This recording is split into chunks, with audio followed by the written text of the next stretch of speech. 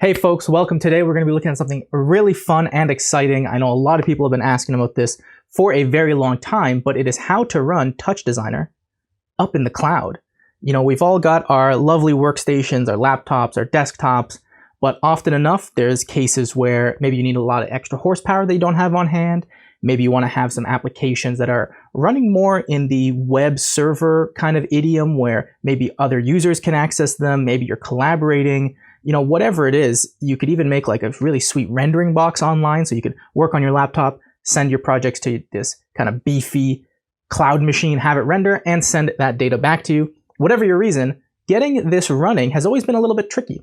So today I'm going to walk you through setting it up really quickly and easily on Paperspace, which is a great platform for getting GPU native cloud systems up and running. The pricing's pretty good, they've got a lot of different options, and it's really, really easy to use. You're going to see that in about 10 or 15 minutes, we'll have a TouchDesigner machine up and running in the cloud, and I'm going to even be redirecting my dongle license from my local system here up into the cloud. So the first thing you're going to do is make an account, and as you're going through the account creation process, a couple of things I recommend doing are attaching a payment kind of solution, whether it's a credit card, to your account, because that'll really help with some of the steps later. And as well as you go through, we'll talk about some of the little things that you're gonna have to do, because it does take about 24 hours on the first time that you are making your account, just because you have to enable some of the extra GPUs that you want to use. But once you've gone ahead and made your account, you're gonna log in and you're gonna come to this area, and you might have a little dashboard before this where it asks you to choose between gradient and core. And what I would say is always go with the core, because that's gonna be the actual machines that are gonna have, you know, the native GPUs attached to them. The gradient stuff is more machine learning workflows. We don't really need that. So once we get to this part, what we can do is go ahead and dive into just making our first virtual machine. I'll click the plus button here. We can see that they've got 3 different locations right now. So the best thing to do is choose the one that's close to you. That way you're gonna get the lowest latency to that system. So I'm gonna go with East Coast, New York. And then you're gonna see we have a bunch of different options for what we can actually use as the operating system or as the template. And I'll talk a little bit more about this later, but essentially, you know, the public template Parsec cloud gaming rig is really great because it's already going to come with all the drivers for NVIDIA stuff installed. And basically, it's going to be functioning more like just a regular computer that you might want to run graphics applications on, like TouchDesigner, or if you're using Unreal, I think it already comes with Epic Games kind of platform installed on there. So if it's your first time, I recommend going with this Parsec one, and we're going to use this one to get up and running. But as you get more familiar with the system and you want to do a little bit more interesting things, you can either choose to run this Windows 10 as Windows Server 2019 in desktop mode, or ideally what you do is click on this Bring Your Own License Windows 10, you hit that I agree button, and then you can go, and whether it's from, you know, eBay or wherever you're, you know, getting some of your licenses for the internal work, you can grab just a cheap Windows license, use it on this machine, and you can have it whether it's Windows 10 Pro or Home or LTSC or any of these things kind of running in that cloud. So for today, we're going to go ahead and use this Parsec Cloud Gaming Rig just because it comes with a lot of stuff pre-installed. It's just going to make it so much easier for us to get our work done. And if you're not familiar with Parsec, it is a really interesting screen sharing application that's come out that's really focused on gaming. And one of the things that they try and focus on is getting really high FPS across that screen sharing. Because I'm sure you've used TeamViewer or AnyDesk or any of these things, sometimes you get only a couple frames a second and it can be really hard to work. And Parsec's whole infrastructure and application is based around getting the maximum number of frames out. So we'll go ahead and click that. And then here you can choose whether you want to use a monthly or hourly. And in this case, I'm just going to go hourly to boot up my system here.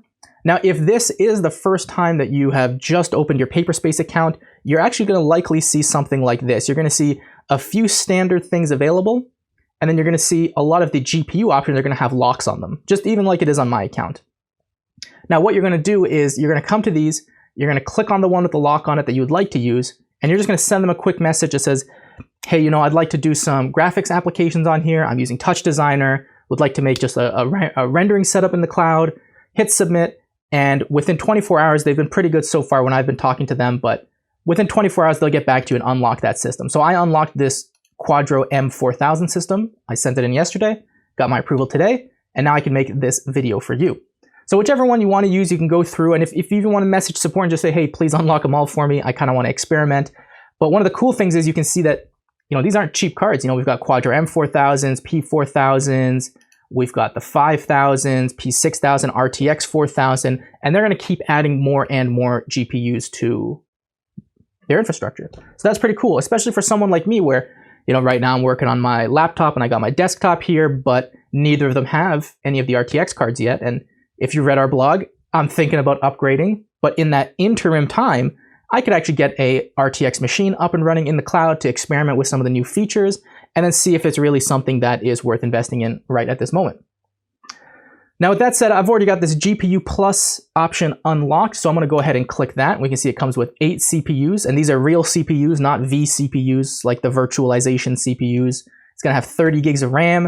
It's going to have a Quadro M4000 card in it, and it's going to come by default with 50 gig SSD, and we can change this if we scroll down a little bit. We can see we got a lot of options here for how we want to adjust that amount of storage. Now, in this case, I got to go back up here because I have to switch it back to Parsec, which is going to give me the GPU option here, and it's going to default me to 100 gigabytes at $7 a month. Now, aside from that, you really don't need to worry too much about a lot of the settings unless this is not your first machine and you kind of want to tweak stuff. So for example, maybe if you want to turn on or off auto shutdown, this can be a nice little thing because as we'll talk about in a bit, this is a cloud infrastructure, so you have to really be careful of when your machine is on, when it's working, how you're going to be billed. Otherwise, you could end up with some really unexpected bills at the end of the month. So always be careful of things like that. Auto snapshots are great. It just takes a backup of the system, whether or not you need a public IP. So for example, if this is just a machine you're making for personal use, you won't need a public IP. You're just going to be logging in yourself and working. But if this is one of those systems where maybe you're going to have collaborators logging in, maybe it's going to be a rendering system that you want to have access to publicly, maybe it's going to be some kind of cool application you set up where you want users to be able to interact with it, then maybe you're going to want to have a public IP so that people can access your web application. At the end of the day, you're going to put a little payment information at the bottom, and then you're going to go ahead and say, create your Paperspace.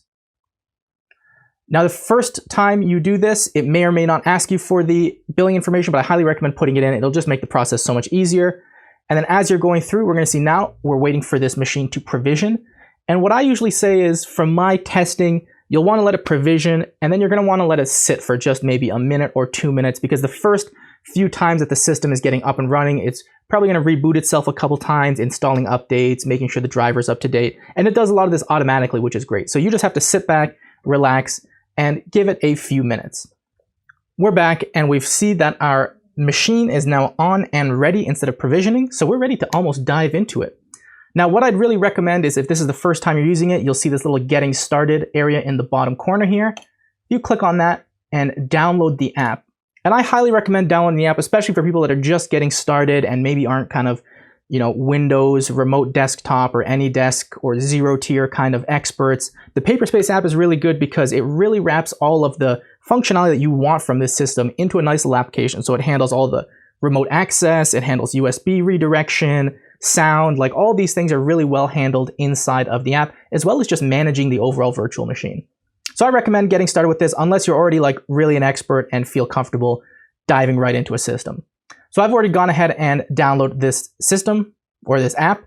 And if I open it up here, we can see it looks very much just like the web access of it. And you can see here, actually, my machine is restarting again, just like I was telling you before. The first time you provision it, once it gets up and running, it's probably going to do a bunch of driver updates and get itself up and running. Now, in the meantime, what we can do is look at a lot of the settings that we have available to us for that virtual machine. And you can see here, first, I can give it a quick rename, call this my TouchDesigner CloudBox 1. We can see down here, we have all kinds of information about the machine type. We can see all of its information here. We can see what kind of billing we're on, the region, the private IP, different kinds of memory, different users who have access to it. We can see the different snapshots if we start making backups, logs, templates, all these kind of nice things. And now it looks actually like we are ready to log back in here. So I've got my TouchDesigner CloudBox on and ready. And the really great thing about this Paperspace app is all I have to do is click on it. You can see it's jumped into a full screen mode here. And just in a moment, it's going to connect and drop me into that virtual cloud machine. So we'll see here in a moment as it connects. And now we can see we're connected. You know, we have a full desktop environment here. We got a background that says Parsec, because I guess they made this template. And, you know, listen, this is not some kind of cheap little computer here. We can even go down to the bottom, see our NVIDIA settings here, open up our NVIDIA control panel. And we're going to see this is a full-blown Quadro M4000 system. All the handy tricks like enable video editing mode, managing your 3D settings, all of these things are built into it, just as if it was, you know, sitting at home with me right now. So this is great, and we can dive in immediately. We can already see Steam, Epic Games Launcher, Battle.net. These things are installed because this was the Parsec gaming machine, so a lot of these things are already installed. But something that's not installed is TouchDesigner, so we're going to go ahead and get that up and running here. And I'm going to navigate to derivative.ca, get it now, and grab the Windows download here. And we'll just give this a minute to download. One of the great things you'll see is that the frame rate is actually pretty great. You know, I'm on pretty good internet, but I'm not on gigabit internet by any stretch of the imagination here. And even with that, we're getting a pretty smooth frame rate that we'll see once we even get into TouchDesigner and see some of the example files running. Holds up pretty well, and this could be very useful, especially for people who maybe have a system at home that is great for working in development, but then it gets to a point where the project becomes so heavy that you're working on and you don't have a big old desktop with, you know, a 2080 or a 3080 or a RTX 5000 or 6000. This could be a great way to keep working on those projects. So once this is done downloading here, we're going to go ahead and run the TouchDesigner installer. And we're going to hit yes. Next. Now here you can decide for yourself whether you are going to be using a dongle. You'll need to install that CodeMeter runtime. If you're not, you can skip that. I am going to go ahead and install it because one of the really cool things we can do with this Paperspace app is actually take USB devices plugged into my computer and then route them straight to this cloud computer where it just sees them as natively plugged in. So I'm going to agree, hit next, and then we'll go through this installation as normal. Great, so I've just finished installing TouchDesigner. Let's open it up for the first time here. And there you go. We can see that we are now able to get into TouchDesigner. Once it opens up, it's going to ask us for our login credentials. So if you have licenses that are, you know, just the normal non-dongle based licenses, you could go ahead, log in here, activate a brand new license onto this system, disable it later, however you want to manage that, but you would have a working fully TouchDesigner system. So now what about folks with dongles? You know, we talked about this USB redirection situation, and that's one of the cool things with the Paperspace app is it comes built in with that ability to take a USB device that's natively on my computer. In this case, I have my dongle plugged into my laptop and send it to the remote system as if it was natively plugged in there. So how do we do that? The first thing we want to do is up in the top right corner here, there's a little bullseye that we've kind of just ignored for a little bit. And this bullseye is your properties and management of the session that you're in right now. So for example, you could go to display, change the resolution of the virtual display to match your display. You could change how the audio is working, you know, turn on showing mouse cursor, releasing all keys, this kind of thing. But what's important to us is USB forwarding. Now, the first time that you've installed the Paperspace app, when you click on this, you're not actually going to see this full list like I see. What you're going to see is something more like this, but it'll say install driver just right here. So you're going to click USB forwarding, click install driver. It's going to open up a little pop-up. It's going to ask for Windows administrator privileges. It's going to go ahead and install that in the background. And then when it's finished, it's going to restart the Paperspace app now with that new ability to forward USB devices from my host up to the system in the cloud. So then that next time you come into the Paperspace app and you're logged in, it's really as easy as going to this USB forwarding and choosing the device that you want to forward over there.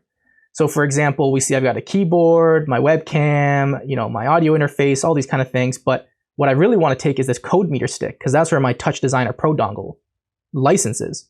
So I can go ahead and click this. And what I can do is actually even open up the little CodeMeter control center. And all we have to do is just give it a moment for that device to, you know, do its magic of taking this device locally, sending it up to the remote cloud over that USB redirection. And in just a moment, there you go. CM stick, that is my dongle, reading in this TouchDesigner cloud box as if it was a native USB device I plugged in there. Now, the cool thing is, if we just give TouchDesigner, a further second just to catch up, all of a sudden, it'll automatically get licensed with my Pro license, and we'll see that this will get deactivated. And there you go. Now I am inside of TouchDesigner with my Pro license. And you can see here, actually, this menu I'll talk about in a moment, but if I was able to go to Help, open up the About, here we go, TouchDesigner 099 Pro, licensed by my dongle, plugged in locally, running remotely. So that's really cool. And you can see here, even the frame rates on this are pretty good, considering that, like I said, I don't have the best fiber direct to my house connection by any stretch. It's just regular internet. And depending on which kind of application you use, so for example, if you did move over to using something like Parsec, which is down here, the little Parsec, that might even optimize your frame rates even more because their system is really just optimized to get the best frame rate, especially for gaming, as possible. But that said, I mean, you have a fully working TouchDesigner here. You could do rendering, you could make remote applications, whatever you want to do, you could do it here. Now, with that said, there are some things that you should still tweak after you've got this set up. So for example, like I said here, this top bar is a little bit annoying because we can see that it's scaled up a little bit in Windows, which actually covers the top bar in TouchDesigner, where my FPS normally is. So you could easily just go online, how to shrink Windows 10 bar, get those title bars a little smaller. You'll probably want to go through the settings anyways to do things like, turn off some of the extra searches, and turn off notifications, just the general kind of Windows optimizations that you might do anyways. Now, taking it from there, you could even take this system a little bit farther, because right now we're just kind of using this Paperspace app, real easy to use, can do this USB direction, but what if you wanted to have some kind of communication between your remote system and your system locally? Then you could start to get into things like setting up zero tier, which if you're not familiar with is a application for setting up virtual private networks or VPNs between your different systems.